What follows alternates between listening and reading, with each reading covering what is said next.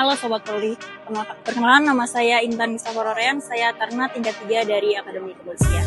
Pada hari ini kami melaksanakan kegiatan memasak di dapur lapangan di Posko Samsat Aceh Tamiang. Di sini kami melaksanakan masak beberapa menu makanan yang terdiri dari ada sayur, kemudian ada ikan, ada sayur lagi, dan kemudian ada telur.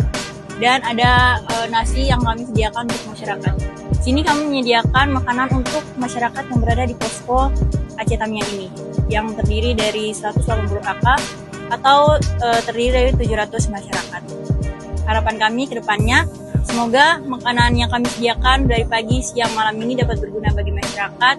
Dan harapan kami sampai pada tanggal 10 nanti kami akan melaksanakan lansir dari sini. Semoga ini dapat bermanfaat bagi masyarakat yang berada di posko Samsat Aceh Tamiang ini.